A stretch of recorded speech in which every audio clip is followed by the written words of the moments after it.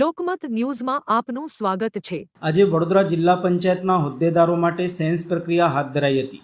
સ્થાનિક સ્વરાજ્યની ચૂંટણીના પરિણામો આવ્યા બાદ હવે જિલ્લા પંચાયતના આગામી પ્રમુખ ઉપપ્રમુખ કારોબારી સમિતિના અધ્યક્ષ શાસક પક્ષના નેતા અને દંડક કોણ બનશે તે માટેની સેન્સ પ્રક્રિયા હાથ ધરાઈ હતી।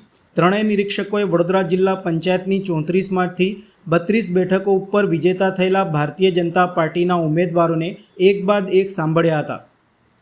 પાદરાના ગણપતપુરાના જિલ્લા પંચાયત સદસ્ય ભૂમિકાબેન સોલંકી જિલ્લા પંચાયત પ્રમુખ માટે સક્ષમ દાવેદાર હોવાનું પાદરાના ધારાસભ્ય ચૈતન્યસિંહ ઝાલાએ જણાવ્યું હતું। તેમણે લોકમત ન્યૂઝ ચેનલ સાથે વાતચીત કરતા જણાવ્યું હતું કે ભૂમિકાબેનની સક્ષમ દાવેદારી તો ખરી જ, પરંતુ પાર્ટીની પ્રણાલિકા છે તે પ્રમાણે જેટલા પણ દાવેદારો થયા છે એમાંથી કોઈ પણ ઉમેદવાર આવે એ માટે સ્વીકારવાનું છે અને પાર્ટી તરફથી જે પણ ડિસિઝન લેવામાં આવશે એ ખૂબ જ સારું ડિસિઝન હશે, તેમાં અમને વિશ્વાસ છે। વધુમાં જણાવ્યું હતું કે ઘણા વર્ષો બાદ વડોદરા જિલ્લા પંચાયત બેઠક જીત્યા છે। ત્યાં કોંગ્રેસની પરંપરાગત સીટ કહેવાતી હતી અને જે અત્યાર સુધી કોંગ્રેસે કામ કર્યું નથી, જનતાને માત્ર વાયદા કર્યા છે, તો જનતાને જાગૃત થઈ છે અને ભારતીય જનતા પાર્ટી ઉપર જનતાએ વિશ્વાસ મૂકીને તેમને વડોદરા જિલ્લા પંચાયતની સીટ અને નીચેની 3 તાલુકા પંચાયતની સીટો પણ ભારતીય જનતા પાર્ટીને જીતી અપાવી છે। તે બદલ તમામ મતદારોનો તેઓએ આભાર પ્રકટ કર્યો હતો।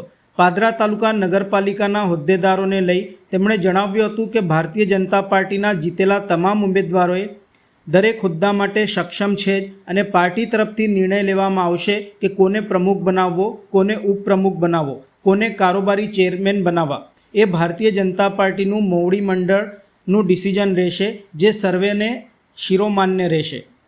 જી, સક્ષમ દાવેદારી તો ખરી જ ભૂમિકાબેનની, પરંતુ જે પાર્ટીની પ્રણાલિકા છે તે પ્રમાણે જેટલા પણ દાવેદારો થયા છે એમાંથી કોઈ પણ ઉમેદવાર આવે અમારે સૌએ સર સ્વીકારવાનું છે અને પાર્ટી તરફથી જે પણ ડિસિઝન લેવામાં આવશે એ ખૂબ જ સારું ડિસિઝન હશે, તેમાં અમને વિશ્વાસ છે। વડુ બેઠક પર એક શાનદાર જીત થઈ છે આઝાદી પછી, જી જિલ્લા પંચાયતની સીટ આવી છે, શું કહેશો?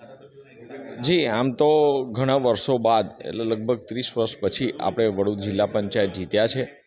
ત્યાં કોંગ્રેસની પરંપરાગત સીટ કહેવાતી હતી અને જે અત્યાર સુધી કોંગ્રેસે કામ નથી કર્યું અને જનતાને માત્ર વાયદા કર્યા છે, તો એ જનતા જાગૃત થઈ છે અને આજે ભારતીય જનતા પાર્ટી પર વિશ્વાસ મૂકીને તેમને વડોદરા જિલ્લા પંચાયત સીટ અને નીચેની 3 તાલુકા પંચાયત સીટો પર ભારતીય જનતા પાર્ટીને જીત અપાવી છે, તે બદલ તમામ મતદારોનો હું આભાર માનું છું। પાદરા તાલુકા પંચાયત નગરપાલિકાની વાત કરીએ તો કેવા સક્ષમ ઉમેદવારથી આગળ વધશે? જી, ભારતીય જનતા પાર્ટી ઉપર જીતેલા તમામ ઉમેદવારો એ દરેક હોદ્દા માટે સક્ષમ છે જ અને પાર્ટી તરફથી નિર્ણય લેવામાં આવશે કે કોને પ્રમુખ બનાવવા, ઉપપ્રમુખ બનાવવા, કારોબારી ચેરમેન બનાવવા એ ભારતીય જનતા પાર્ટીના મોવડી મંડળનું ડિસિઝન રહેશે, જે સર્વેને શિરોમાન્ય છે।